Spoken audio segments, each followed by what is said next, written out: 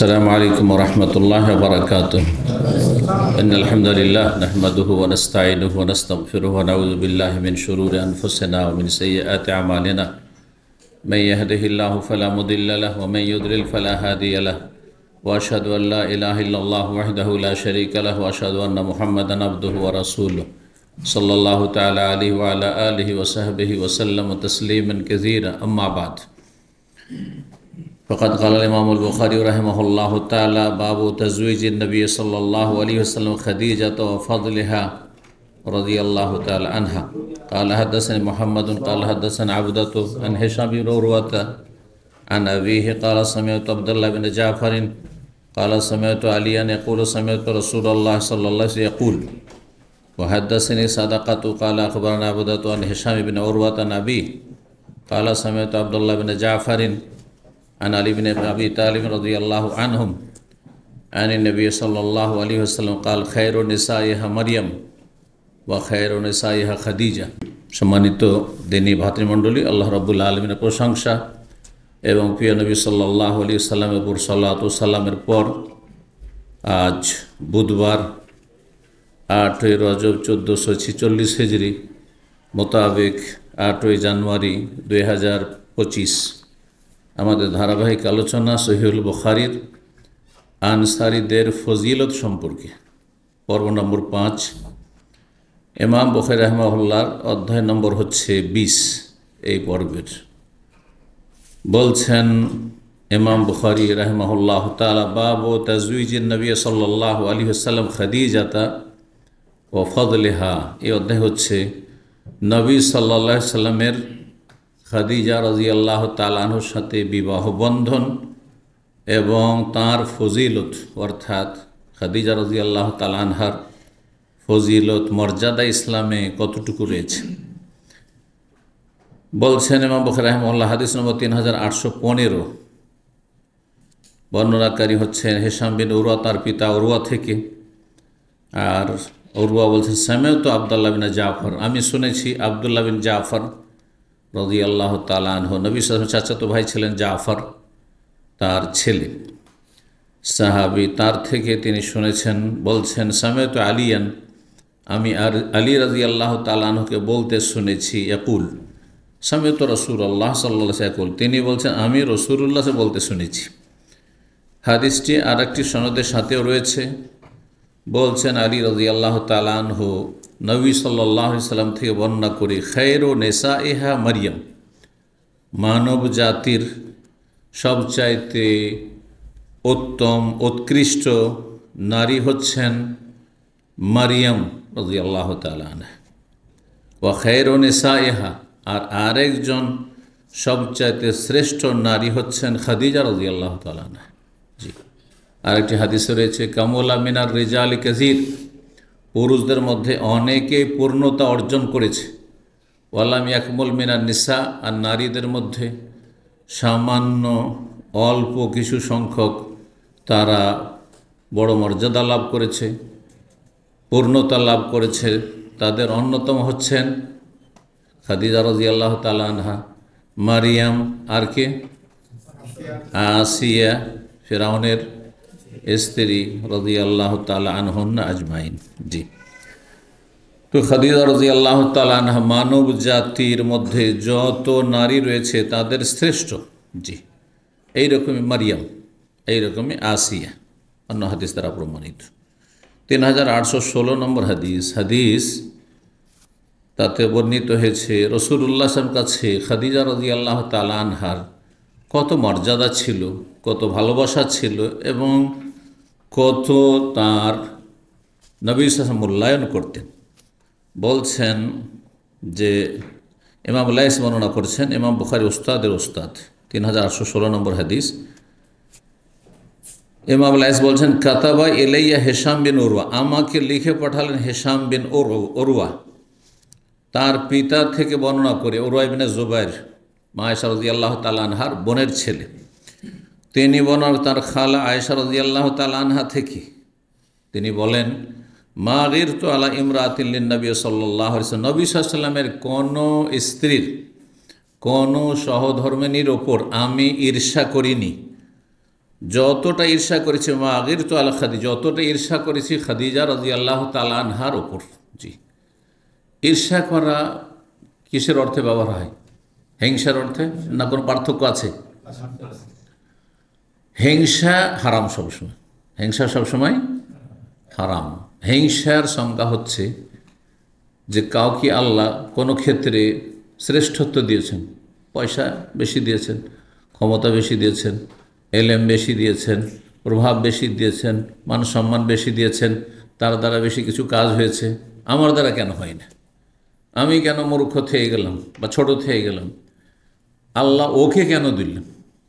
ওকে না দিয়ে আমাকে, সেগুলো যদি আমি পেতাম আর ওরটা ধ্বংস হয়ে যেত।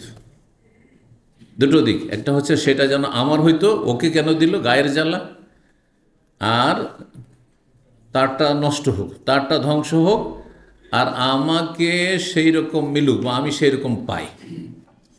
এতে কয়টি অপরাধ হিংসাতে? একটা হচ্ছে আল্লাহ চূড়ান্ত ফয়সালার ওপর আপত্তি। আল্লাহ ওকে কেন দিলেন? আপনার বাবারও দিয়েছেন যে হিংসা করবেন আপনি বা আপত্তি করবেন আপনি, আল্লাহ যাকে ইচ্ছা তাকে দিয়েছেন। হ্যাঁ, রবের দান, যাকে ইচ্ছা তাকে দিয়েছেন। আপনারটাও তো আল্লাহর। জি, সুতরাং আপনার কাছ থেকে নিয়ে তো দেওয়া হয়নি।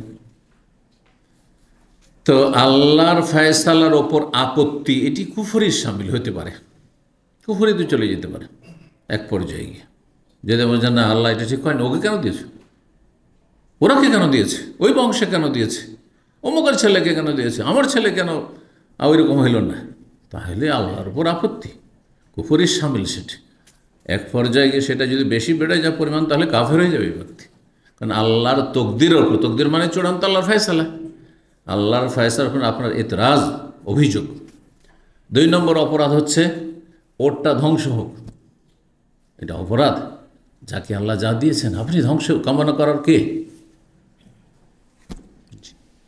3 নম্বর অপরাধ হচ্ছে কি, যে গায়ের জ্বালা, আর সেটা যেন আমার হোক। কিন্তু যদি আপনি শুধু এতটা করতেন যে আল্লাহ ওকে দিয়েছে বা ওদেরকেও দিয়েছে, আল্লাহ যদি আমাকেও দিত, আমাকেও এরকম দিত, তাদেরটা তাদের ভাগ্যের, তার উপর কোনো আমার আপত্তি নেই, হ্যাঁ, কোনো অভিযোগ নেই যে আল্লাহ কেন দিল ওদেরকে, আর তারটা ধ্বংস হোক এটাও আমি কামনা করি না, কারো অকল্যাণ কামনা করি না। আল্লাহ যদি আমাকেও অনুরূপ দিতেন, আকাঙ্ক্ষা করা শুধু তাদের মতো যদি আমার হইতো এই নিয়ামতগুলি, সেটা যেমনটা বললাম, ধন সম্পদ হোক, বিদ্যা বুদ্ধি হোক, আর কিছু হোক, সম্মান হোক, আর নেতৃত্ব হোক, অথবা এলেম হোক, হ্যাঁ, ইত্যাদি যে কোনো কিছু হোক লেখার, যে কোনো সৌন্দর্য হোক, শারীরিক গঠন, আল্লাহর দান, কাউকে দিয়েছে, আপনাকে দেয়নি। তো যদি শুধু এত করতে আল্লাহ তাকিয়ে দিয়েছ, যদি আমাকেও দিতে, তাহলে আমিও ভালো কাজ করতাম। আল্লাহ ওকে পয়সা দিয়েছে, অনেক কাজ করতে পারছে, ওকে এলেম দিয়েছে, অনেক দিনের খেদমত করছে, আল্লাহ যদি আমাকেও দিতে, আমার ছেলেকেও দিতে। কিন্তু তারটা তার কাছেই থাকে, ওটা তার নসিব, তাহলে এটা জায়েজ, শুধু এতটুকু হলে জায়েজ আছে। যদি গায়ের জ্বালা না হয়, জ্বলন না হয়, আবার যদি জ্বলতে থাকে তো মুশকিল, আবার বড় কষ্ট লাগে, কেন ও পেয়েছে, তাহলে হারাম। তো হিংসা করে কোনো লাভ নাই, কারণ তকদির কম বেশি হবে না, আল্লাহর ফয়সালা সেটি, আল্লাহ যাকে চেয়েছেন দিয়েছেন। সুতরাং আপনি আল্লাহর কাছে চান উত্তমভাবে, হয়তো আল্লাহ আপনা করে দেবেন, অথবা কিছু তাকে দিয়েছেন, আপনাকে এমন কিছু দেবেন যেটা তাকে দেননি, অথবা তাকে দিলে তো চারিদিক থেকে দিয়েছেন, আপনাকে কোনো দিক থেকে দিয়েছেন, দেননি, সেটাও আল্লাহর দান, আল্লাহর ইচ্ছা। তো এটাকে আরবিতে বলা হয় গিবতা বলা হয়, মানে অন্যের মতো আকাঙ্ক্ষা করা, কিন্তু তারটা তার কাছে থাকে, এটি জায়েজ রয়েছে, শুধু জায়েজ।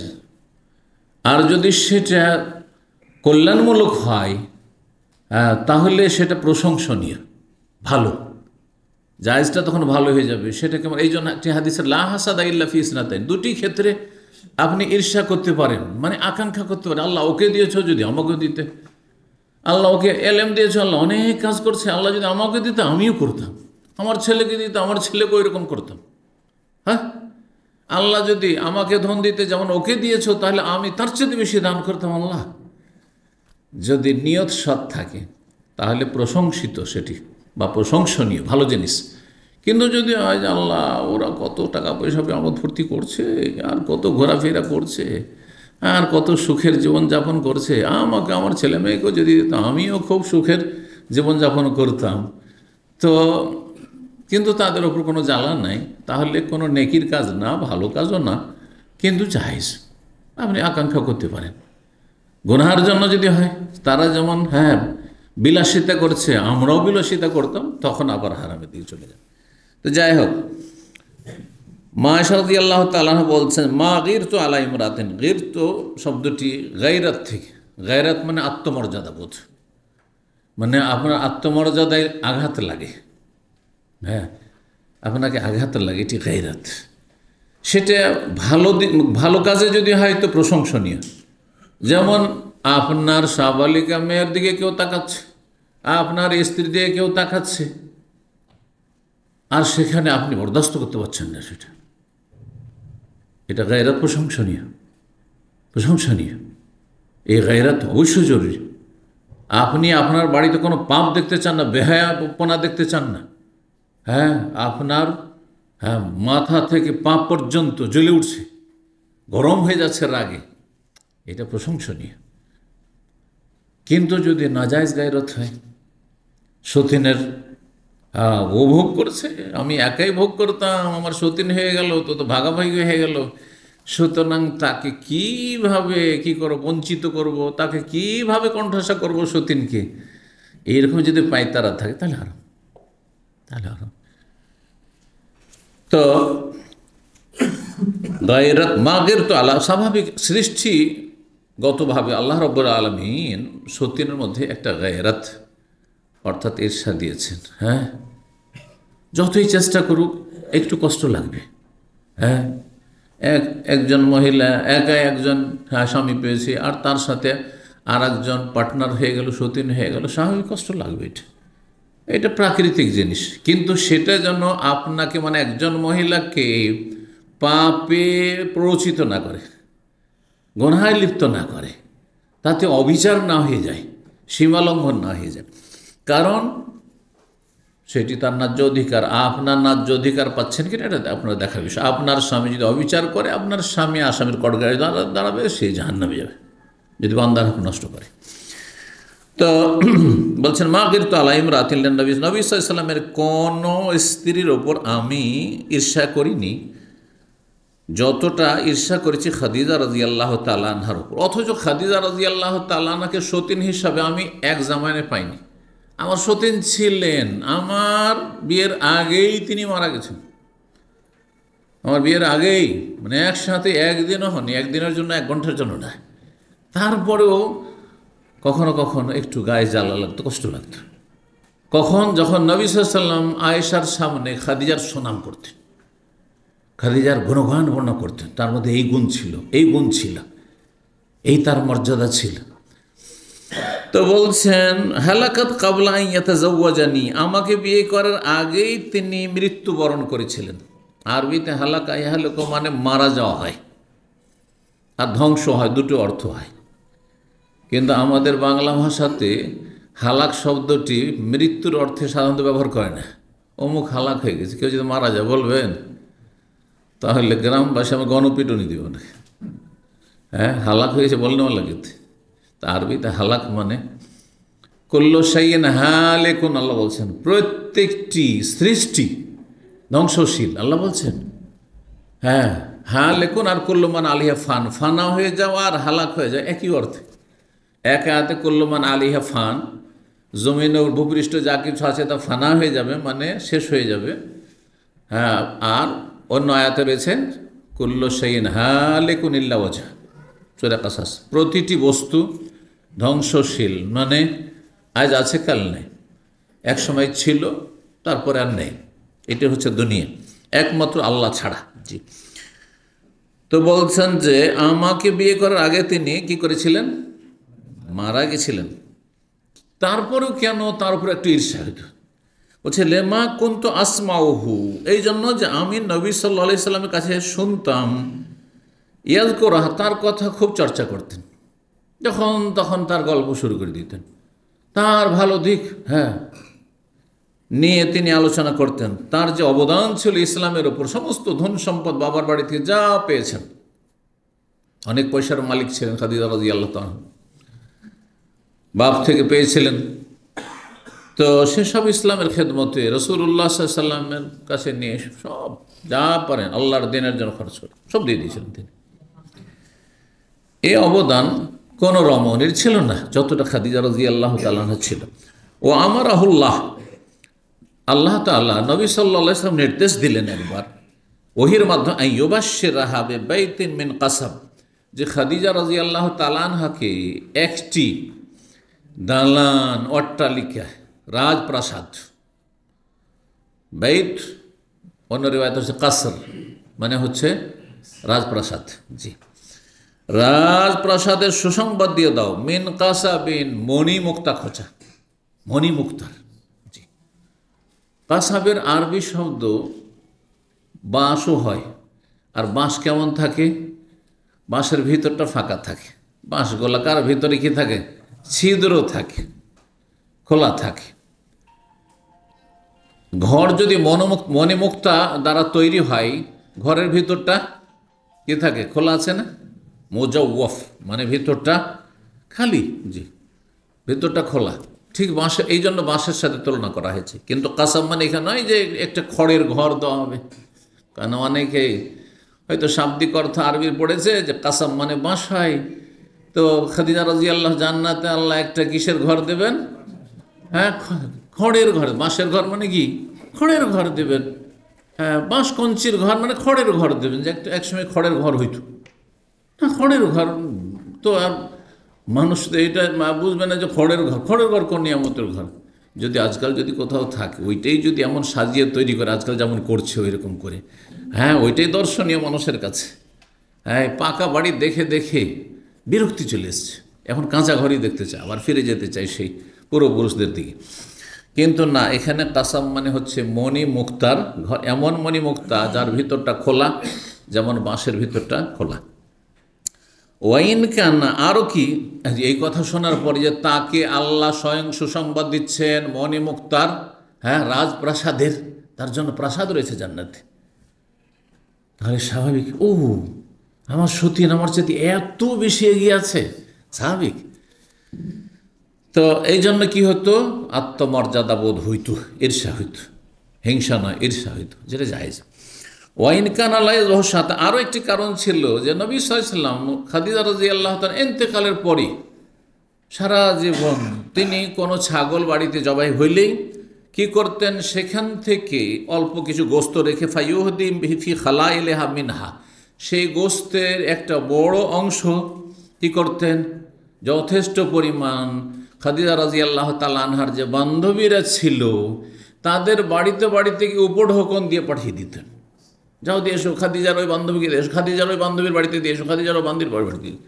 আয়েশা রাদিয়াল্লাহু তাআলা যদি এগুলো দেখেন যে গোস্ত জবাই করে সব খাদিজার বান্ধবীদেরকে দিয়ে পাঠাচ্ছে, আমার সতীনের বান্ধবী, তো স্বাভাবিক একটু কী হবে, ঈর্ষা, বুঝছে, এই জন্য ঈর্ষা হইতো, অথচ তার যুগ জামানা পায়নি।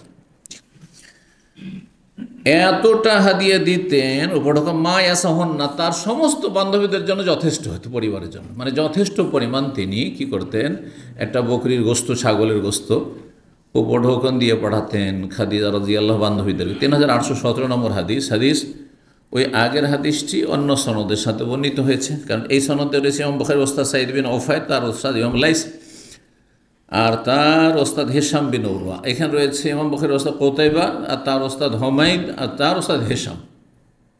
এই জন্য একটি হাদিস, যদিও বাক্যগুলি কাছাকাছি, কিছু শব্দের পার্থক্য আছে, ইমাম বুখারী একটি হাদিস হুবহু রিপিট নিয়ে আসেননি, কিছু সনদে পার্থক্য আছে, আবার মতনে মানে যে বিষয়বস্তুটি আছে তাতেও কিছু পার্থক্য অবশ্যই আছে।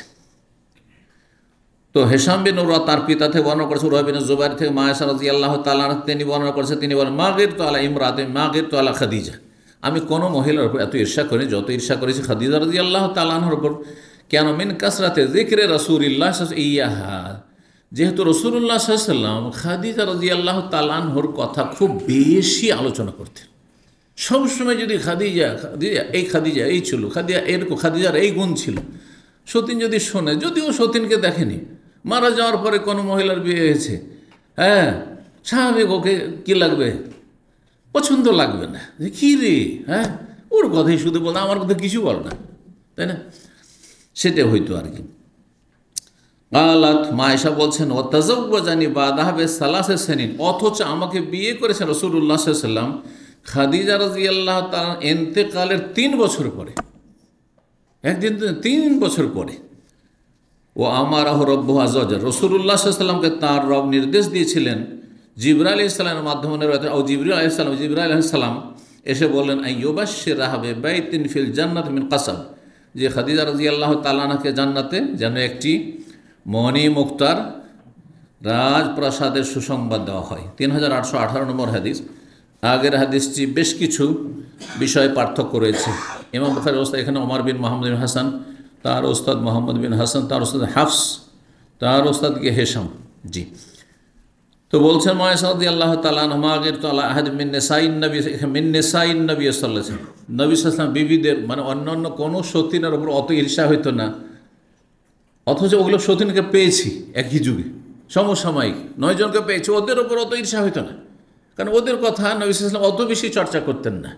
কিন্তু যাকে পাইনি 3 বছর আগেই, আমার বিয়ে 3 বছর আগে মারা গেছে, তার কথা বেশি চর্চা করার কারণে ওর উপর ঈর্ষা হইত। জি, তো বলছেন যে কী করতেন নবী সাল্লাল্লাহু আলাইহি ওয়াসাল্লাম, ওয়ালাকিন কানা নবী ইউকসিরু যিকরাহা, খুব বেশি বেশি তার কথা আলোচনা করতেন।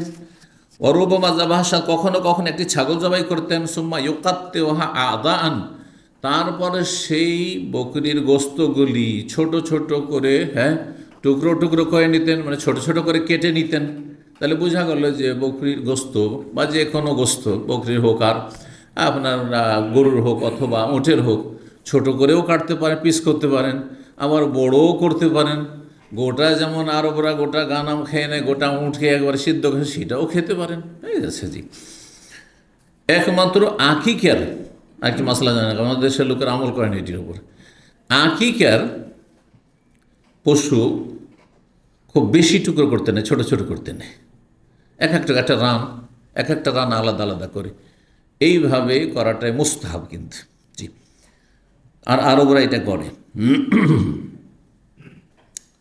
বলছেন যে ছোট ছোট করে কেটে নিতেন। সুম্মা ইয়াবআসু, কেন? যত ছোট করা হবে তত বেশি মানুষকে, হ্যাঁ, হাদিয়া দিতে সুবিধা হবে। এর যদি এত বড় একটা পিস থাকে, একটা পিস শুধু দিয়ে পাঠালেন, অত বড় দেন, কয় পিস দিয়েছে আমার বাড়িতে? 1 পিস দিয়েছে। কিন্তু ওইটাকে যদি আপনি 10 পিস করে নেন, এত বড় গোস্ত হয়তো 1 কিলো হয়ে যাবে এমনিতে, ওটাকে 10 পিস করে দেন, 10 পিস দিয়েছে, বলবেন না? তারপর দিতে সুবিধা। হ্যাঁ, তো যদি আপনি ছোট ছোট 5 পিসও দেন, আর বড়টা 1 পিসও দিতে পারবেন না হয়তো, এই জন্য ছোটো ছোটো করে টুকরো করে নিতেন। সোম্মাই আবাস, তারপরে সেগুলি পাঠিয়ে দিতেন সাদায়েকে খাদিজা, খাদিজার বান্ধবীর বাড়িতে। সাদায়েক সাদিকাতুন, আপনার সাদিক বলছেন, এখানে আজকালকার প্রচলিত ভাষা কি? কে ভালো করে সাদিক বলছেন না? হ্যাঁ সাদিক, হ্যাঁ সাদিক বন্ধু বলছেন, অমুসলিমকে জায়েজ, কিন্তু আখি বলা জায়েজ নয়, বুঝতে পারছেন না?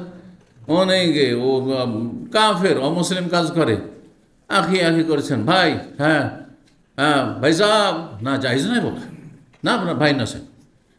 1, 2 নম্বর কথা, আরবরা অনেকে মূর্খগুলো আরবদের বলে, যাকে চেনেন না, জানে যে অমুসলিমও, হ্যাঁ এহুদি খ্রিস্টান আর কিছু মুশরিক, বলছে মোহাম্মদ তাল।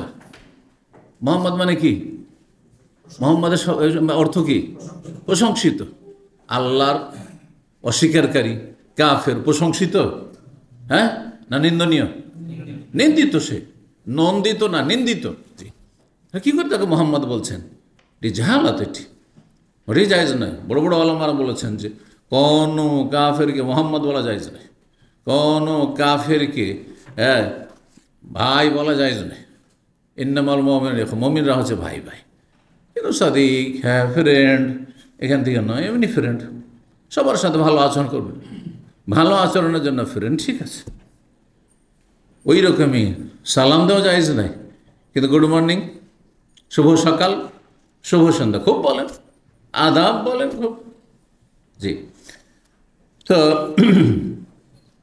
বলছেন যে খাদিজা রাদিয়াল্লাহু বান্ধবীর বাড়িতে পাঠিয়ে দিতেন। ফারুব্বামা কুলতু লাহু, তখন কখনো কখনো আমি দেখতে দেখতে এইরকম করি খাদিজার এত চর্চা, আর খাদিজার বান্ধবীদেরকে গোস্ত দিয়ে পাঠাচ্ছে, হাদিয়া দিয়ে পাঠাচ্ছে, খাদিজার ফজিলতের কথা, জান্নাতে তার জন্য রাজপ্রাসাদ রয়েছে, এই সুসংবাদ দেওয়া হয়েছে, এসব কথা শুনে কখনো কখনো নবী সাল্লাল্লাহু আলাইহি ওয়াসাল্লামকে বলতাম আমি, কান্নাহু লাম ইয়াকুন ফিদ দুনিয়া ইল্লা খাদিজা, পৃথিবীতে মনে হয় খাদিজা ছাড়া আর কেউ নেই না, দুনিয়াতে খাদিজা ছাড়া আর কোনো মহিলা দুনিয়াতে নেই মনে হয়। কি জন্য? আমি অল্প বয়সী, আমি কুমারী, আর সে ছিল বুড়ি, আর ওর কথা যদি আমার সামনে চর্চা করে তো রাগ তো লাগবে, তাই না? মানুষ এই জন্য বলতেন যে দুনিয়ায় মনে হয় খাদিজা ছাড়া কোনো মহিলা নেই। ফায়াকুলু, তখন নবী সাল্লাল্লাহু আলাইহি ওয়াসাল্লাম উত্তরে বলতেন, ইন্নাহা কানাত ওয়া কানাত, তিনি এমন ছিলেন, এমন মানে সে আমার স্ত্রী খাদিজা এমন ছিল, এমন ছিল, এই বৈশিষ্ট্য ছিল, এই গুণ ছিল, এই গুণ ছিল, তোমাদের মধ্যে কোথায়? জি, এই জন্য যারা একাধিক বিয়ে করেছেন ইনসাফ করবেন, আর যদি অন্যায় কথা বলে তাহলে প্রতিবাদ করবেন। এই না যে সবার কাছে করলাম, কারণ দুটো তিনটা বিয়ে করলে এত দুর্বল হয়ে পড়ে যে ও রাজি করতে হিমশিম খায়, তোর কাছে তোর মতো, ওর কাছে কি ওর মতো, যেখানে যায় সেখানে ওর মতো হয়ে যায়। না, দুর্বল ব্যক্তিত্ব। এত দুর্বল যদি কাপুরুষ হন তাহলে আপনি একাধিক বিয়ে করতে যাবেন না। আপনি ইমানও দুর্বল, ব্যক্তিত্বও দুর্বল, আর শারীরিকভাবে দুর্বল, আর আর্থিকভাবেও দুর্বল, তাহলে আপনার জন্য বিয়ে করা জায়েজ নয়, একের বেশি ওটাই জায়েজ না আপনার জন্য।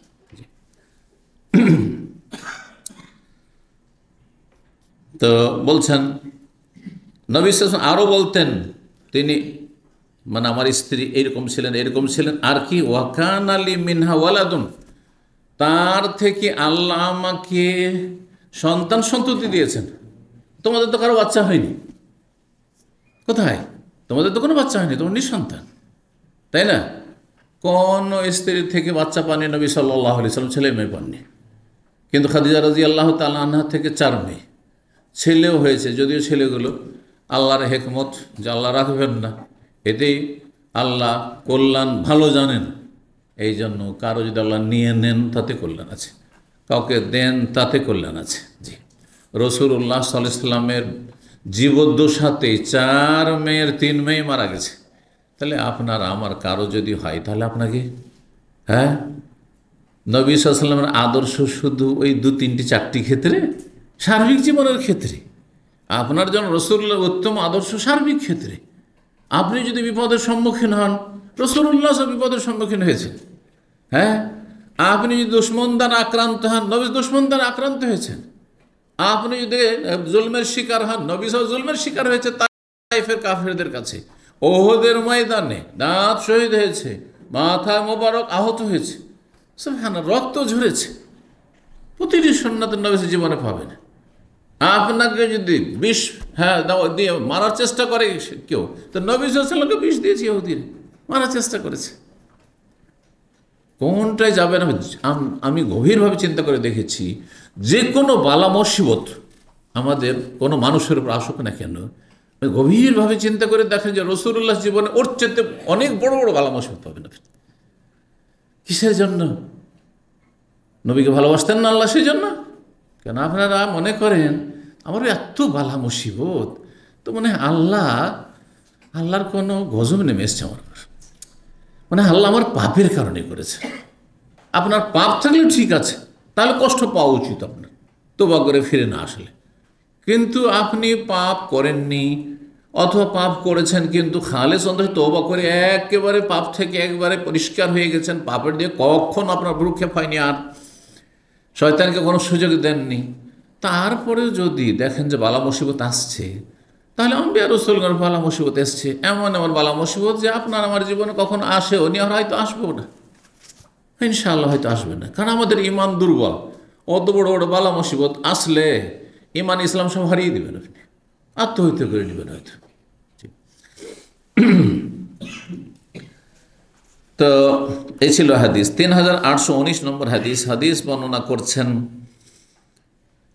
ইমাম বুখারীর ওস্তাদ মুসাদ্দাদ, তার ওস্তাদ ইয়াহিয়া, তার ওস্তাদ ইসমাইল। তিনি বলছেন, কুলতু লি আব্দুল্লাহ বিন আবি আওফা, আমি সাহাবী আব্দুল্লাহ বিন আবি আওফাকে বললাম রাদিয়াল্লাহু তাআলা আনহুমা, বাশশারান নবী সাল্লাল্লাহু খাদিজাতা, খাদিজা রাদিয়াল্লাহু তাআলা আনহাকে নবী সাল্লাল্লাহু আলাইহি ওয়াসাল্লামকে কোনো সুসংবাদ দিয়েছেন? কোনো সুসংবাদ দিয়েছেন? কালা, হ্যাঁ, নাম, হ্যাঁ। কিসের? বেবাইতিন, এমন একটি রাজপ্রাসাদের, মিন কাসাবিন, যেটি মণিমুক্তার তৈরি হবে, লা সাখাওয়া ফিহে, যেখানে কোনো হইচই ঝগড়া গন্ডগোল থাকবে না। কারণ বাড়িতে যদি হইচই হয়, 5 স্টার হোটেলও যদি থাকেন আর শান্তির সাথে ঘুমাতে না পান, তো আপনার 5 স্টার হোটেল আপনার জাহান্নামে পরিণত হবে।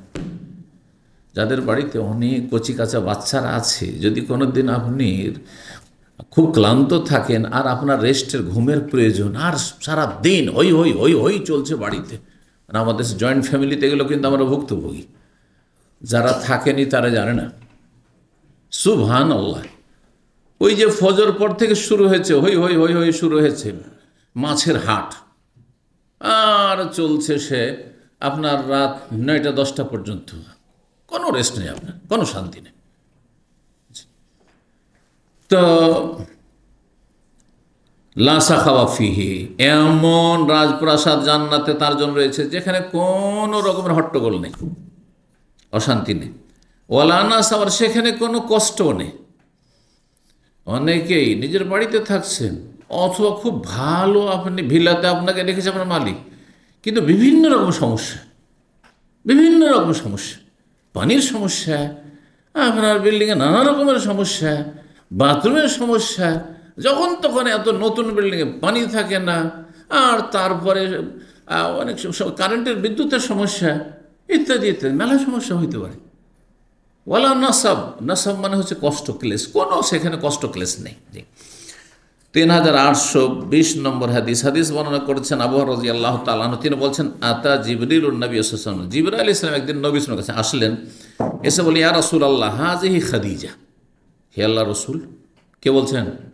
জিবরাইল, ফেরেশতা, সবচেয়ে শ্রেষ্ঠ ফেরেশতা, যে এই যে খাদিজা রাদিয়াল্লাহু তাআলা আনহা, কাদ আতাত, তিনি আসছেন। তার মানে খাদিজা রাদিয়াল্লাহু তাআলা আনহা তাহলে বাড়ির বাইরে ছিলেন, তিনি আসছেন। মাহা এনাউন ফিহে এদামুন আও তোয়ামুন আও শারাবুন, তার কাছে একটি পাত্র আছে যাতে কিছু তরকারি আছে, এদাম তরকারি, আও তোয়ামুন অথবা বর্ণনাকার সন্দেহ কিছু খাবার আছে, আও শারাবুন অথবা বলেছেন পানীয় আছে, কোনো শরবত, জুস, হ্যাঁ, অথবা দুধ, হ্যাঁ, মধু, এগুলো সব পানীয়। আর খাবার হইলে যে কোনো খাবার, খাবার। আর যদি তরি তরকারি হয় তাহলে সে গোস্ত, সবজি সবই হচ্ছে এদাম। ফায়দা হে আতাতকা, জিবরাইল সালাম বলছেন যে আপনার কাছে এখন আসেনি। জিবরাইল সালাম জানছেন, হ্যাঁ, আর ফেরেশতারা সব অনেক কিছু দেখছেন যেটা আমরা দেখি না, দূর পর্যন্ত দেখছেন। তো নবী সাল্লাল্লাহু আলাইহি ওয়াসাল্লামকে বলছেন, অগ্রিম বলছেন, আপনার কাছে এক্ষুনি খাদিজা আসছে, আর সে হাতে খাবার নিয়ে আসছে আপনার জন্য। সে যখন আপনার কাছে আসবে, ফাইজা হে আতাতকা ফাকরা আলাইহিস সালাম রব্বিহা ও মিন্নি, তাকে আমার পক্ষ থেকে আর রবের পক্ষ থেকে আপনি সালাম বলে দেন। কার পক্ষ থেকে সালাম? আল্লাহ সালাম পাঠাচ্ছেন যে খাদিজাকে সালাম, আর জিবরাইলও সালাম বলছেন, নবীকে বলছেন যে আপনি আমার সালামটা পৌঁছে দেন। কাকে? তাহলে বোঝা গেল যে বেগানা মহিলাকে সালাম দেওয়া যাবে যদি ফিতনার আশঙ্কা না থাকে, যদি ফিতনার আশঙ্কা না থাকে। কিন্তু সালামটা যদি চোরা কি হয়, রাস্তা হয়, তাহলে হারাম। বুঝছেন না? শালিকে সালাম দেওয়া জায়েজ না? জায়েজ না? জায়েজ, জায়েজ, কিন্তু ফিতনার আশঙ্কা না থাকলে। শালির বাড়িতে গিয়ে সালাম দিয়ে বাড়িতে কেউ নাই, আর ঘরে গিয়ে বসে গেলেন, আর গল্প শুরু করে, হারাম তখন। বা চেহারা খুলে আপনার সামনে চলে আসছে, তখন হারাম। কিন্তু বোরখা পরে আছে অথবা পর্দার আড়াল থেকে সালাম আলাইকুম সালাম, কেমন আছো, ভালো আছো, কেমন আছেন, ভালো আছেন, ছেলে মেয়ে ভালো আছে, ঠিক আছে। কিন্তু হ্যাঁ, দুলাভাই রাগ করেছেন নাকি, কষ্ট পেয়েছেন নাকি, অনেক দিন আসেননি আপনি, আপনার জন্য আমরা সবসময় আপনাকে স্মরণ করি, হ্যাঁ, ভুলতে পারি না আপনাকে, আউযু বিল্লাহ, শয়তানের রাস্তা খুলে দিলেন আপনি, হারাম। তাহলে নির্জনে যদি থাকে একা একা, একজন মহিলা আর একজন পুরুষ, নির্জনের ওই আশেপাশে কেউ নেই, তাহলে বেগানা মহিলাকে সালাম দেওয়া যাবে না, বেগানা পুরুষকে সালাম দেওয়া যাবে না। তাহলে সালাম দিয়ে শয়তান ওখানে ঢুকে যেতে পারে। সালাম হচ্ছে দোয়া, কিন্তু দোয়ার মাধ্যমে শয়তান ঢুকে। শয়তান ভালো পোশাকে আসে, শয়তান মদখোর হয়ে আসে না। শয়তান আল খাল্লা, জুব্বা, দাড়ি নিয়ে একেবারে জাইয়ান আল্লাহমুশ শয়তান আমালাহম।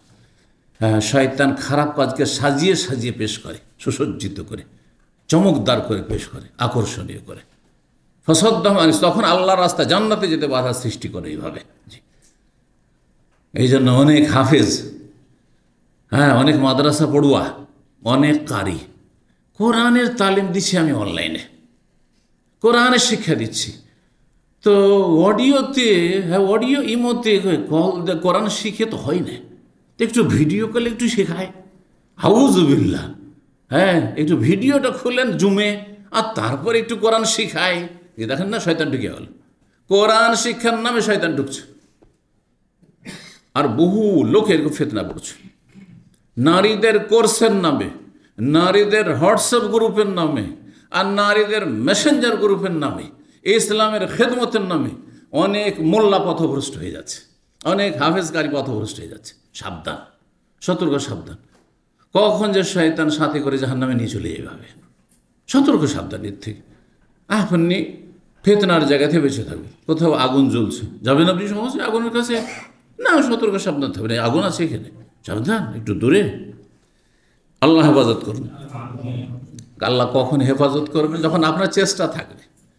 আর মনে শয়তানকে এখানে জায়গা দিয়ে দিল, তার চেষ্টা হলো না এটা। জি, 3821 নম্বর হাদিস।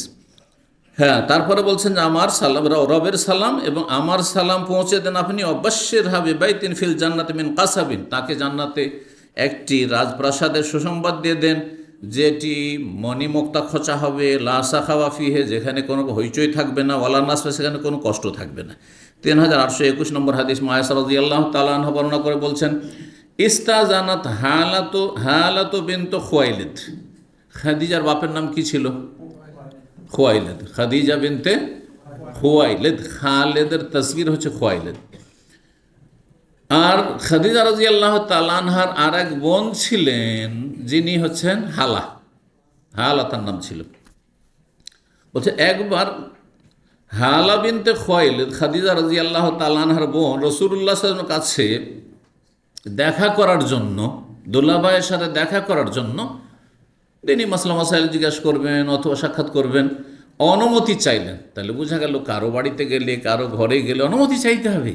এই নয় যে আমার বোনের বাড়ি, এই নয় যে আমার দুলাভাইয়ের বাড়ি, ঢুকিয়ে পড়লাম ঘরে, না।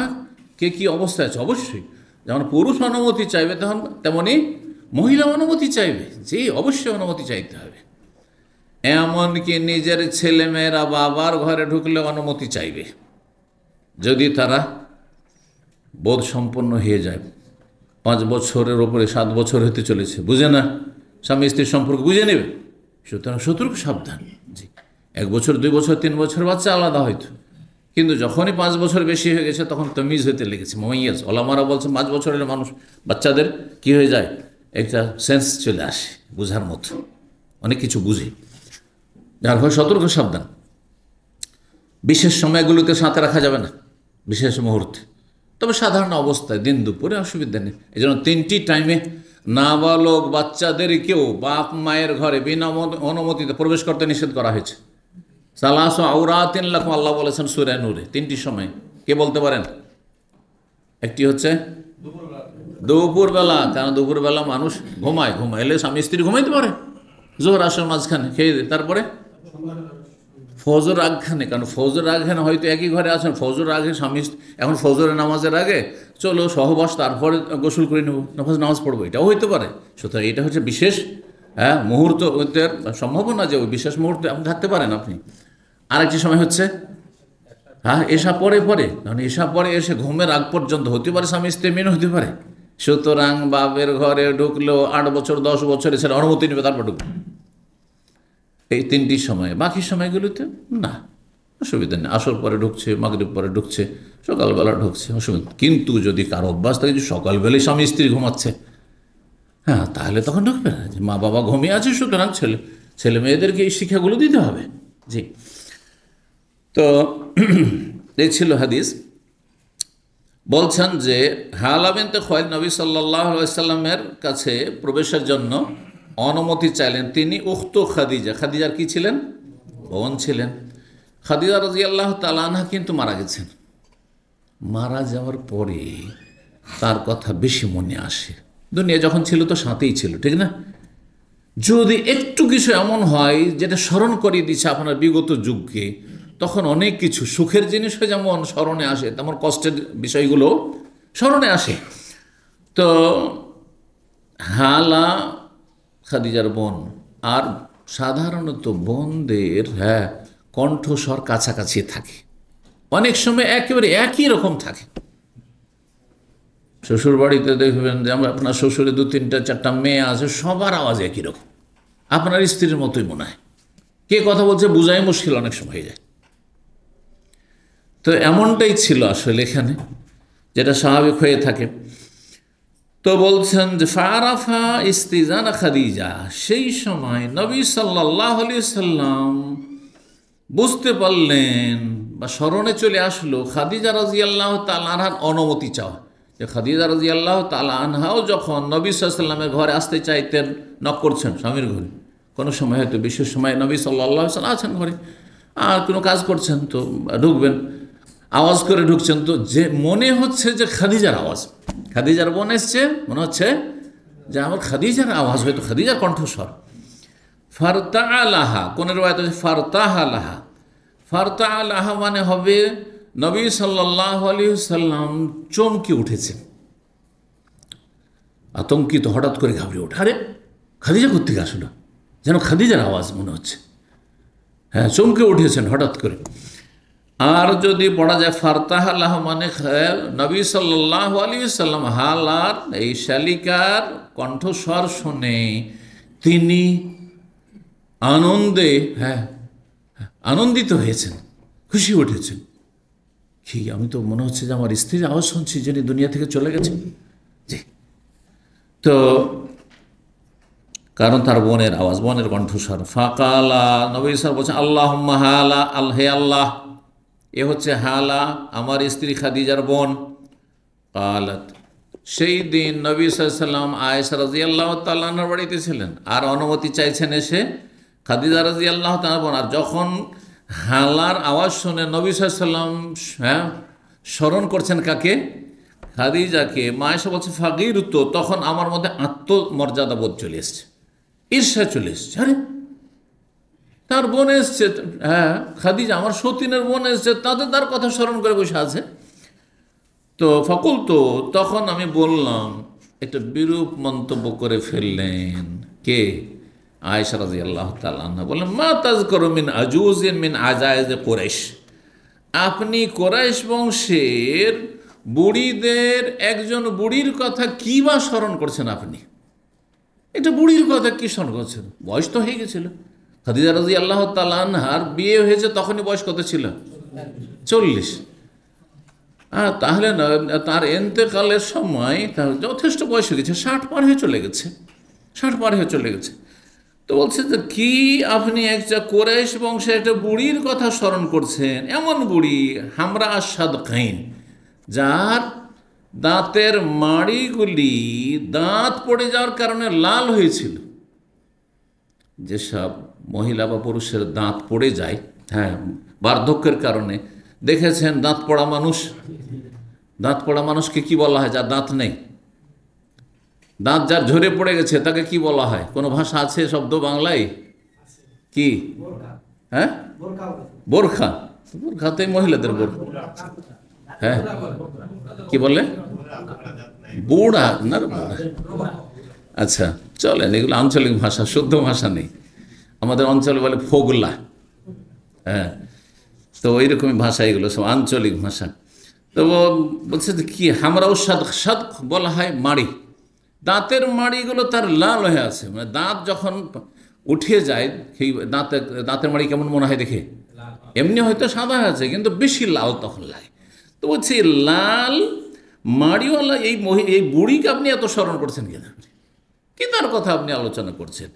হালাকাত ফিদ দাহরে, কোন যুগে সে মারা গেছে?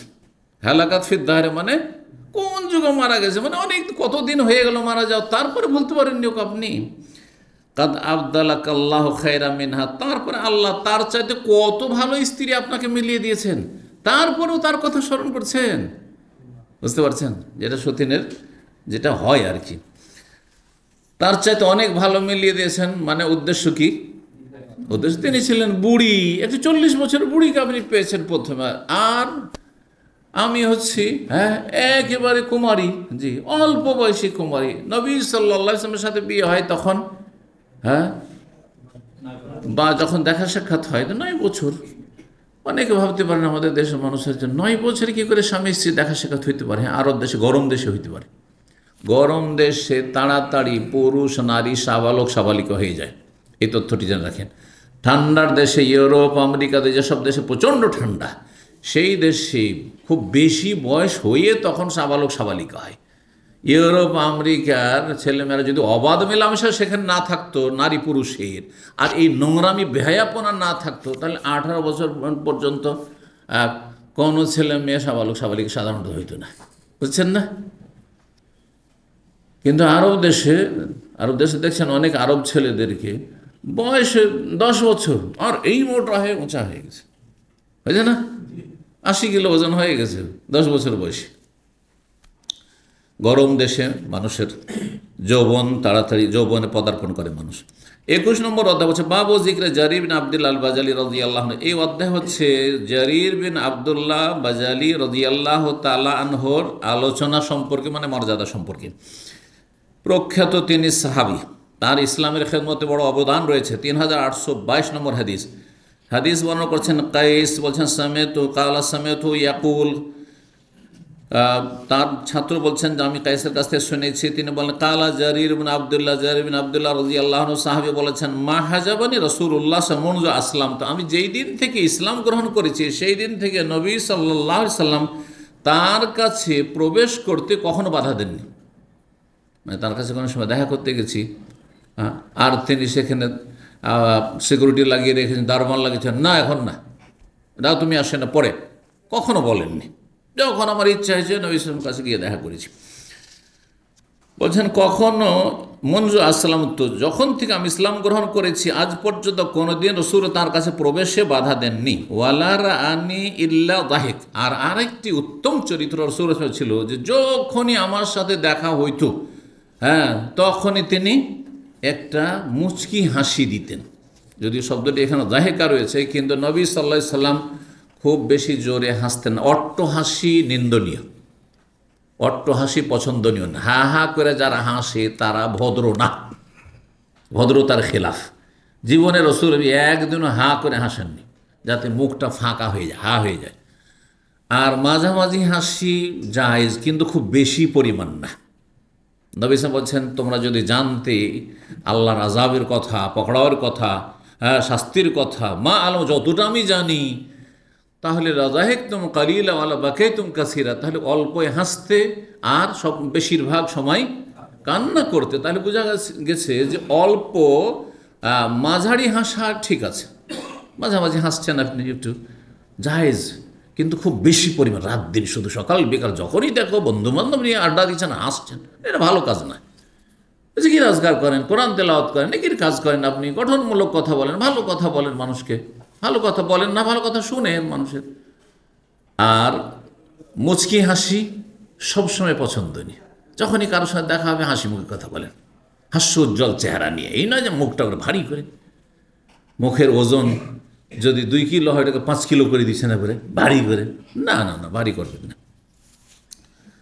3823 নম্বর হাদিস, কায়েস বলছেন জারির বিন আবদুল্লাহ রাদিয়াল্লাহু তাআলা বর্ণনা করে কানা ফিল জাহিলিয়াতি বাইতুন, জাহিলি যুগে মানে ইসলামের পূর্ব জামানায়, কুফর এবং শিরকের যুগে একটি বাড়ি ছিল, মানে কি এটি ছিল মন্দির। আসলে আরব দেশে একই ছিল হ্যাঁ, উপাসনালয় ছিল পৌত্তলিক মুশরিকদের। তো পৌত্তলিকদের উপাসনালয়কে ভারত উপমহাদেশে বা বাংলাদেশ কি বলা হয়?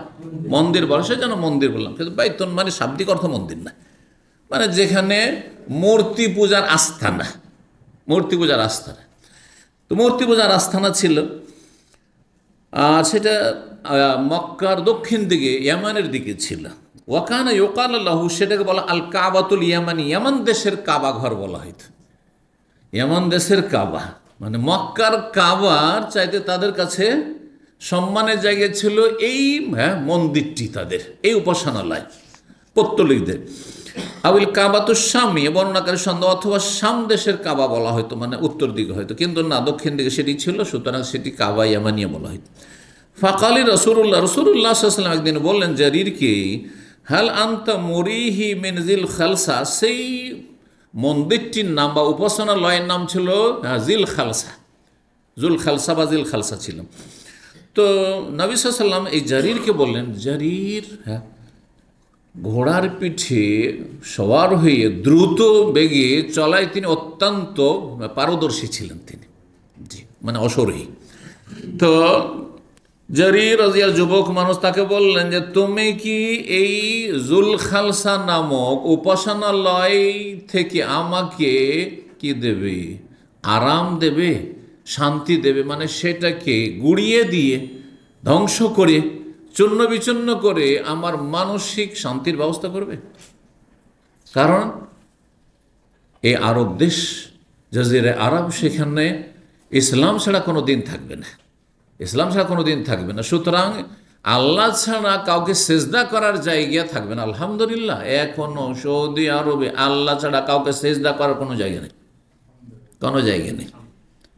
না দুর্গা আছে, না দরগা আছে, না মন্দির আছে, না চার্চ আছে, গির্জা আছে, না ইহুদিদের উপাসনালয় আছে, আর না এক সে কথিত আমাদের দেশ মুসলিমদের কবর পূজা, মাজার পূজার অবকাশ আছে। একই সমান অপরাধ, কবর পূজা, পাকা মাজার করে তৈরি করে তাতে সেজদা করা আর ওরস লাগানো, আর হিন্দুদের মেলায় কোনো পার্থক্য নেই। আল্লাহ বলছি, কোনো পার্থক্য নেই। যদি কেউ পার্থক্য মনে করে তাহলে সে মুমিন মুসলিম নয়, কারণ এখানেও আল্লাহ ছাড়া অন্যকে ডাকা হচ্ছে, আর এখানেও আল্লাহ ছাড়া অন্যকে ডাকা হচ্ছে। কেউ হরে রাম হরে কৃষ্ণ করছে, আর আপনি ইয়া গৌস মাদাদ, ইয়া খাজা, ইয়া গরিব নওয়াজ, ইয়া শাহজালাল করছেন। পার্থক্য কোথায়? আপনিও আল্লাহকে ডাকলেন না, আর তারাও আল্লাহকে ডাকে না। আপনিও মুশরিক, তারাও মুশরিক, বলা কোনো পার্থক্য নেই। শুধু মুখে কলম পড়েন সেই জন্য মুসলিম না, মোটেই মুসলিম না।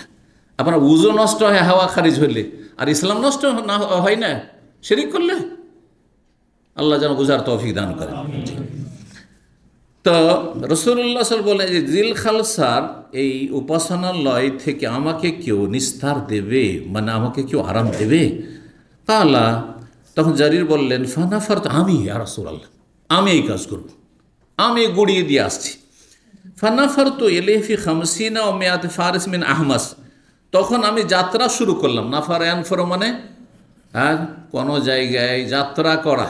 ফালাওলা নাফারা মিন করলে ফিরকাতি মিনহুম তায়েফা, সূরা তাওবাতে একটি আয়াত রয়েছে, বেরিয়ে যাওয়া, বাড়ি থেকে বেরিয়ে যাওয়া, কোথাও থেকে প্রস্থান করা। ফানাফার তো এলেহে, সেই মন্দির বা সেই উপাসনালয়ের উদ্দেশ্যে আমি যাত্রা শুরু করলাম 150 জন অশ্বারোহী যোদ্ধা নিয়ে, আহমাস বংশের। আহমাস বংশ এরা ঘোড় সওয়ারে খুব পারদর্শী ছিল, মানে ঘোড়ার পিঠে চেপে যুদ্ধ করাই।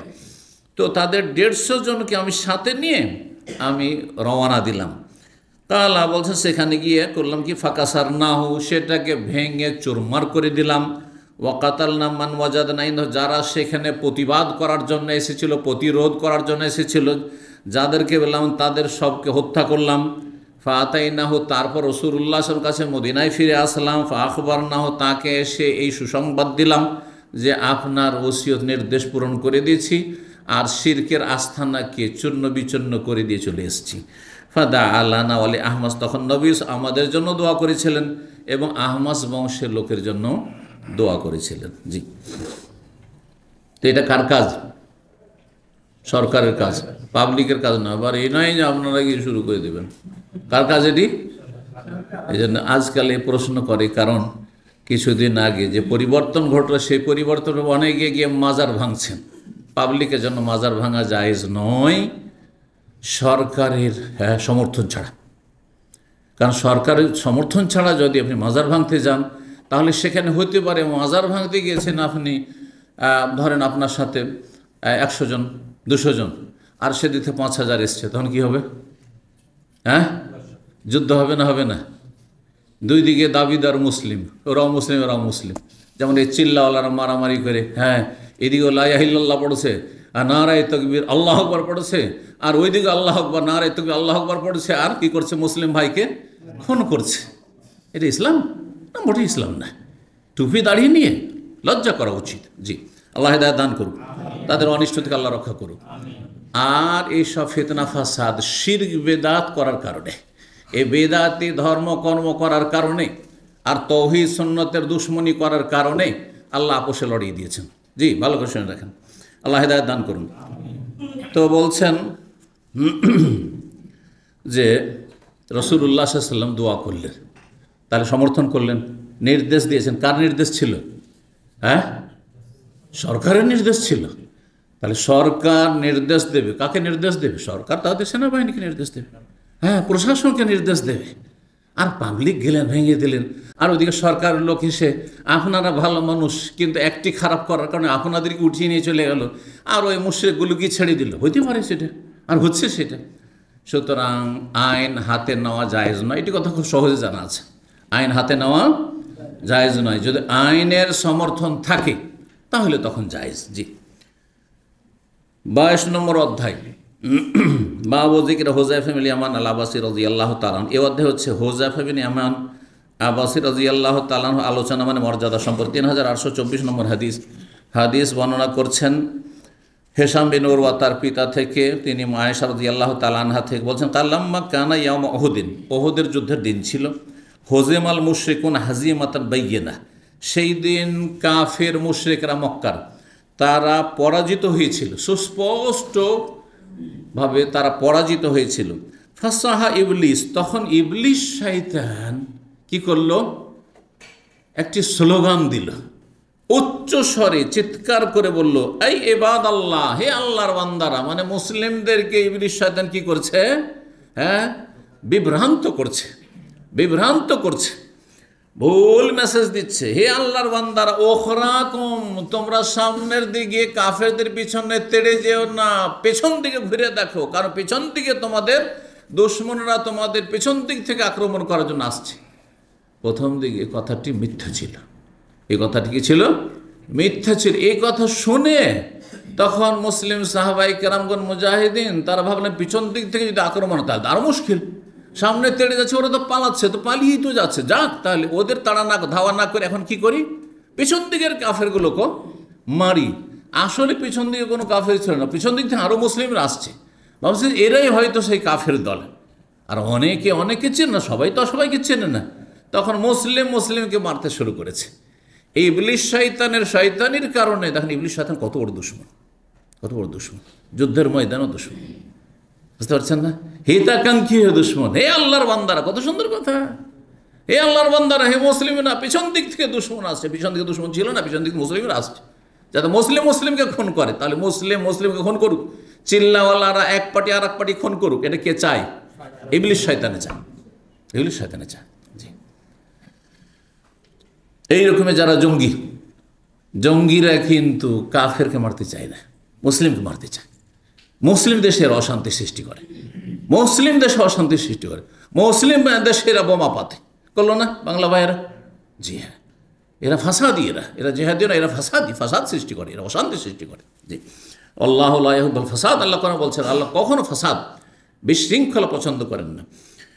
তো বলছেন যে ইবলিস চিৎকার করবো, হে আল্লাহর বান্দারা, ওখরাকুম, তো মানে তোমরা পেছন দিয়ে ঘুরে দেখো, দুশমনরা আসছে।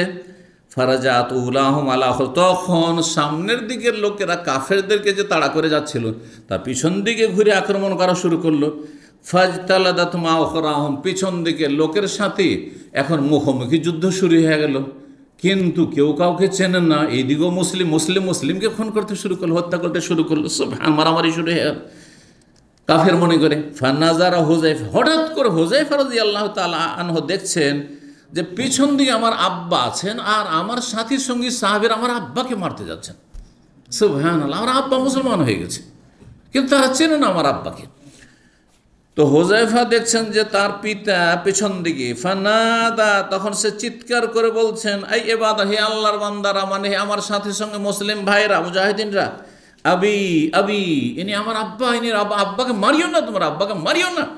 সুবহানাল্লাহ। ফাকালাত, বলছেন মা আয়েশা রাদিয়াল্লাহু তাআলা, ফাওয়াল্লাহি, আল্লাহর কসম করে বলছে, মাহতাজাজু, কিন্তু তার কথা শুনে তারা বিরত হইল না। কে শুনে হইচইর সময় কার কথা? এই যে যখন মিছিল আর বিক্ষোভ হয়, এই গণতন্ত্রের ধর্মে বিশ্বাসীরা বলে শান্তিপূর্ণ মিছিল, বলে না? যারা এই গণতন্ত্রের, আব্রাহা লিঙ্কন ইহুদির এই ধর্মে তন্ত্রে বিশ্বাসী, তারা বলে আমরা কি করছি? শান্তিপূর্ণ বিক্ষোভ করছি, শান্তিপূর্ণ মিছিল করছি। কোন জায়গায় শান্তি বহাল থেকেছে জীবনও দেখাতে পারবেন না। আপনার 5টা ছেলে যদি হইচই লাগিয়ে দেয়, 5টা নিজের বাড়ির 5টা ছেলেকে সামলাইতে পারছেন না আপনি, আর রাস্তায় নামিয়ে দিয়েছেন 200, 400, 500, 2, 4, 10,000, 50,000, লক্ষাধিক লোক, আর তারপর আমরা শান্তিপূর্ণ মিছিল চাই, শান্তিপূর্ণ বিক্ষোভ চাই। এগুলো শয়তানি কথা, এগুলো পশ্চিমা কাফেররা শিখিয়েছে, এটা ইসলাম বিরোধী কাজ, যে কখনো শান্তি থাকে না। যার ফলে হচ্ছে কি, সেখানে গিয়ে কখনো সমাধান হয় না।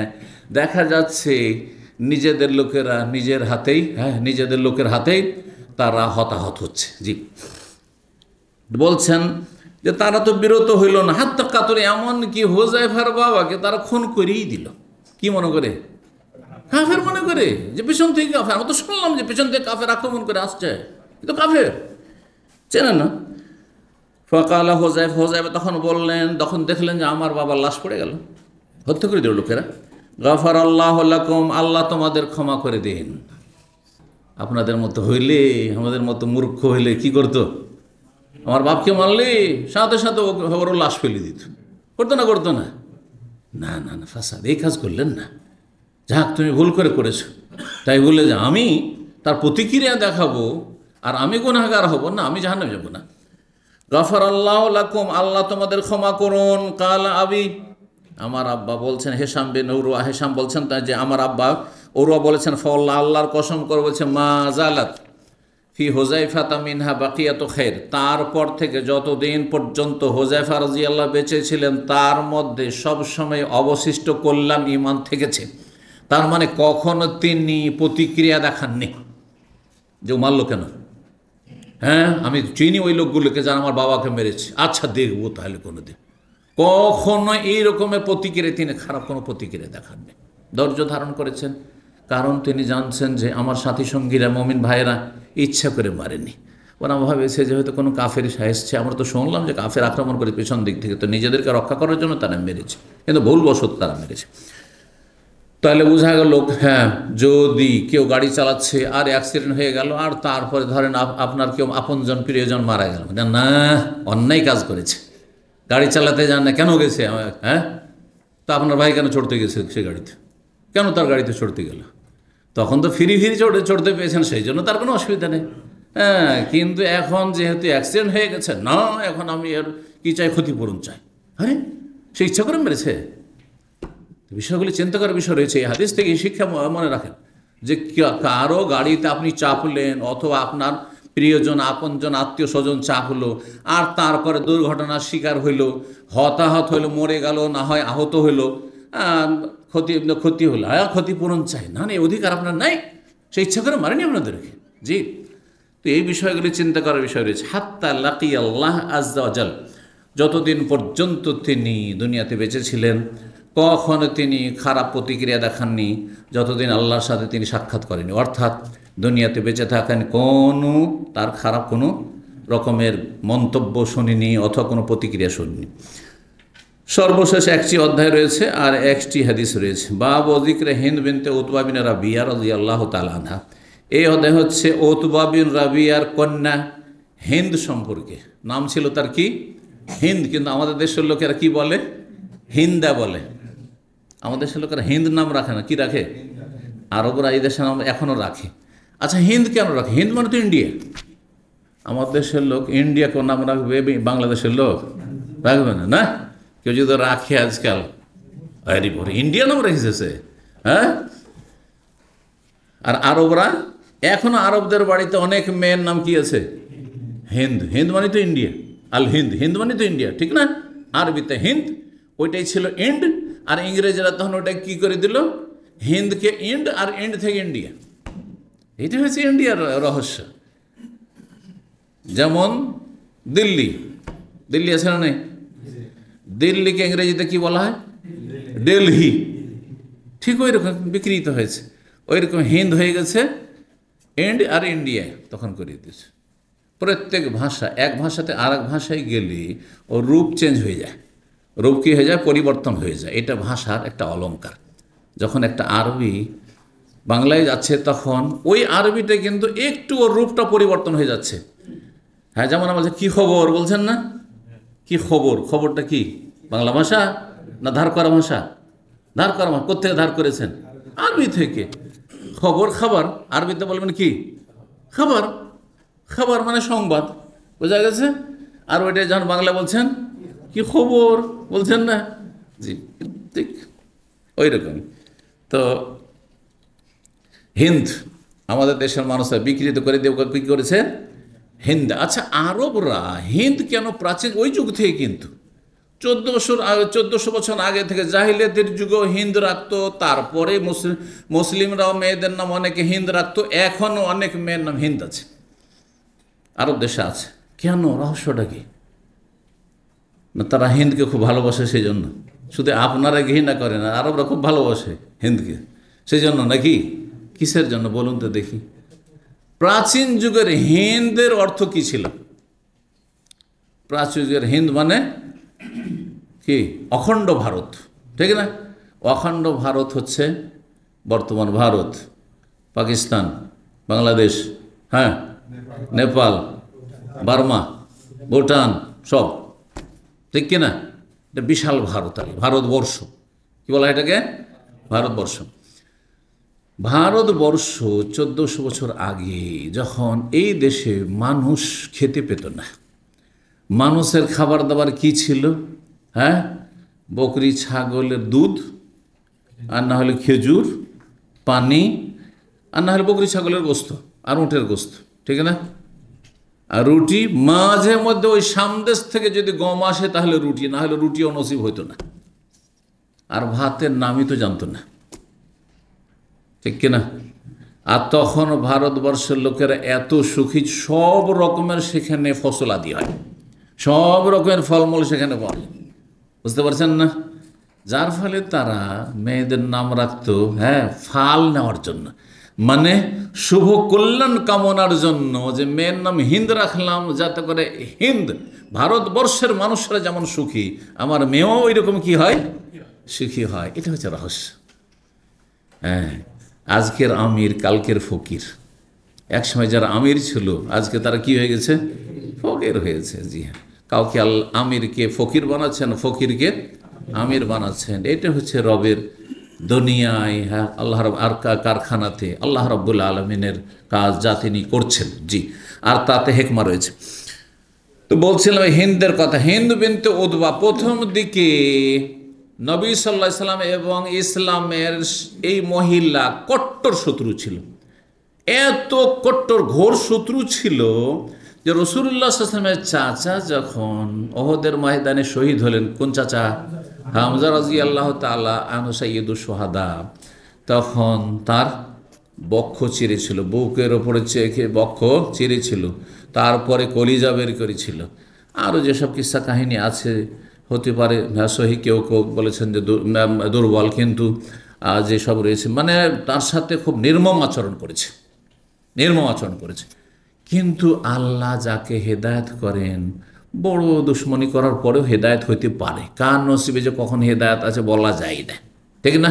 সারা জীবন পাপ করে হতে পারে শেষ দিনও হেদায়েত পেয়ে গেল, আর সারা জীবন নেকি করে শেষ দিনে মানুষ গুমরা হয়ে অনেকে মারা যাচ্ছে, ঠিক না? তো হিন্দ কার স্ত্রী ছিল এটা বলতে পারেন? আবু সুফিয়ানের স্ত্রী, রাদিয়াল্লাহু তাআলা। আবু সুফিয়ানও লেটে মুসলমান হয়েছে। আর হিন্দ কার মা ছিল জান? কোন সাহাবীর মা? মুআবিয়া রাদিয়াল্লাহু তাআলা, আমির মুআবিয়া, যিনি খলিফা আলী রাদিয়াল্লাহু তাআলা পরে 20 বছরের খলিফা। এই খলিফার মা এই হিন্দ পরে ইসলাম গ্রহণ করেছে। দুশ্মনী করা যখন শেষ, আল্লাহ বলছে কত আর দুশ্মনী করবি, সোজা ফিরে আয়। বুঝছেন? আল্লাহ যখন তার কলবে ইসলাম দিয়ে দিলেন, হেদায়েত হইল। তো হিন্দ বিনতে উতবার আলোচনা এখানে রয়েছে। 3825 নম্বর হাদিস বর্ণনা করেছে মা আয়েশা রাদিয়াল্লাহু তাআলা আনহা বলছেন, জাআত হিন্দ বিনতে উতবা, উতবার মেয়ে। উতবা একজন নেতা ছিল মক্কার। সেই নেতার কন্যাই এই মহিলা, যেমন তার না বড় সম্ভ্রান্ত ঘরের, এই জন্য তো শত্রুতা। দেখেন, সত্যের, হকের, ভালো মানুষের শত্রুতা বা ভালো কথার শত্রুতা প্রথম গরিবরা করে না। কারা করে? পয়সাওয়ালারা করে, আর যারা ক্ষমতাশীল তারা করে। কারণ তারা সবসময় একটা আশঙ্কা বোধ করছে যে একে যদি সুযোগ দিয়ে দেওয়া হয় তাহলে আমাদের ক্ষমতা চলে যাবে, নাহলে আমাদের এই নেতাগিরি চলে যাবে, তা আমাদের দাদাগিরি চলে যাবে, আমাদের পয়সা চলে যাবে। বুঝছেন না? এই জন্য সমস্ত নবী রসুলগণের প্রথম সারিতে যত সাথী সঙ্গী সাহাবাই কেন সবাই গরিব মানুষ, কিন্তু দাস দাসী, গরিব দুঃখী, নারী, অসহায়, এরা। আর তারপরে তখন ধনাঢ্য পয়সাওয়ালা নেতা অনেক পরে ইসলাম গ্রহণ করেছে। একমাত্র হাতে গোনা দিয়ে একজন ওসমান রাদিয়াল্লাহু তাআলা ধনী মানুষ, তিনি প্রথম দিকে ইসলাম গ্রহণ করেছেন। পাবেন কোথায়?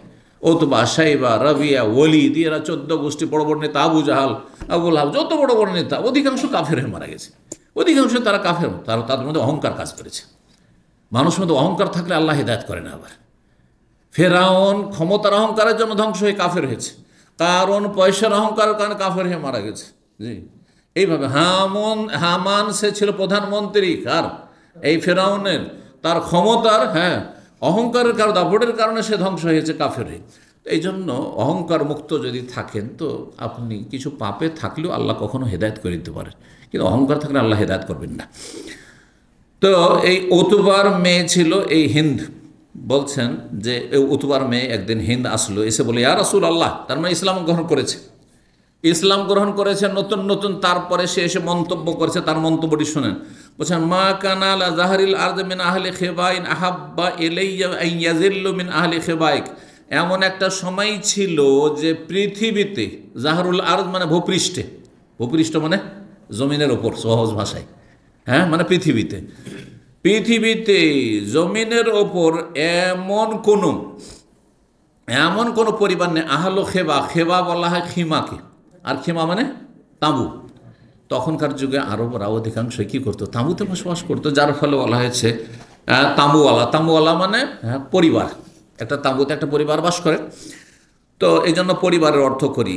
পৃথিবীতে ভূপৃষ্ঠে কোনো এমন পরিবার ছিল না যেই পরিবার আহাব্বা এলাইয়া, যেই পরিবার সম্পর্কে এত বেশি আমি পছন্দ করতাম যে আইয়াজিল্লু, তারা লাঞ্ছিত, অপদস্থ হোক, ছোট হোক, আর তাদের সর্বনাশ হোক, মিন আহলে খেবাইক, আপনার পরিবারের চাইতে। মানে সবচেয়ে বেশি ঘৃণা করতাম আর মন থেকে চাইতাম যে আপনার পরিবার যাতে সবসময় কি হয়? লাঞ্ছিত হয়, অপদস্থ হয়, আপনি এবং আপনার পরিবার। মানে নবী সাল্লাল্লাহু আলাইহি ওয়াসাল্লাম কত শত্রুতা ছিল। জি, কিন্তু সুম্মা মা আসবাহাল ইয়াউম, কিন্তু আজকের দিনে অবস্থা এই হয়েছে, আমার কালেমা পড়ার পরে, ইসলাম কবুল করার পরে, যে আসবাহাল ইয়াউম আলা জাহরিল আরদি আহলু খেবাইন আহাব্বা ইলাইয়া ইয়াইজ্জু মিন আহলি খেবাইক।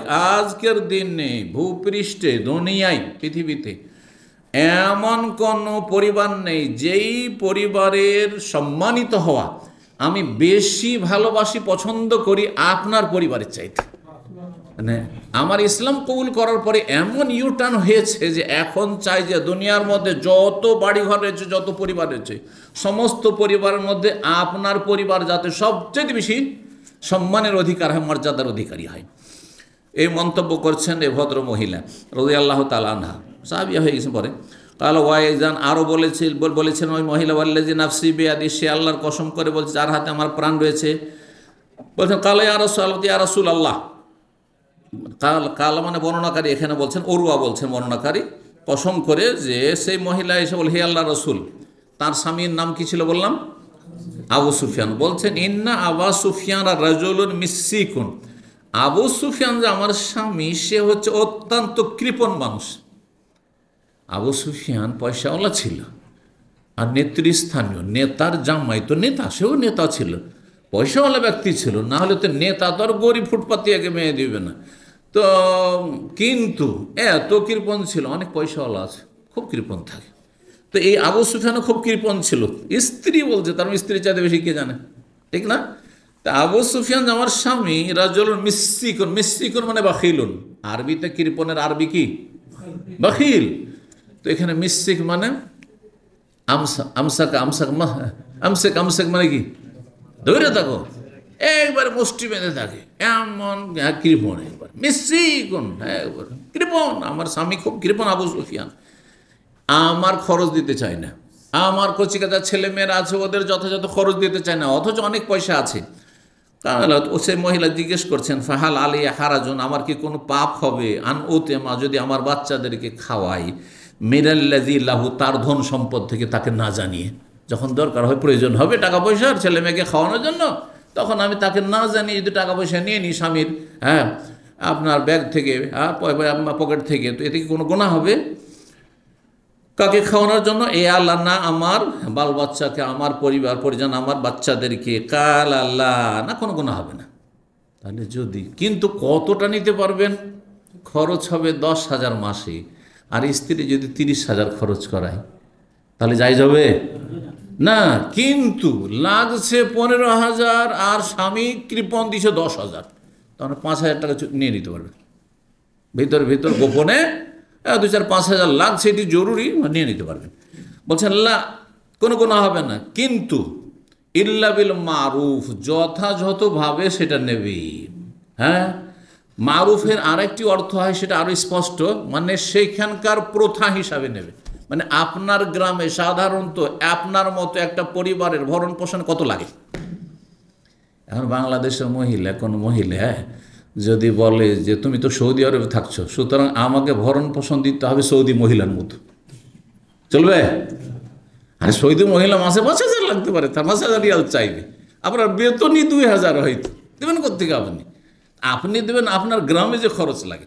আচ্ছা, আপনি গ্রামে বাস করেন, আপনার স্ত্রী গ্রামে বাস করে, আপনার বাড়ি গ্রামে, আপনার বংশধর গ্রামে, আপনার শ্বশুর গ্রামে, আর আপনাকে যদি বলেন না ঢাকায় যে খরচ হয় সেই খরচ দিতে হবে, চলবে না? চলবে না।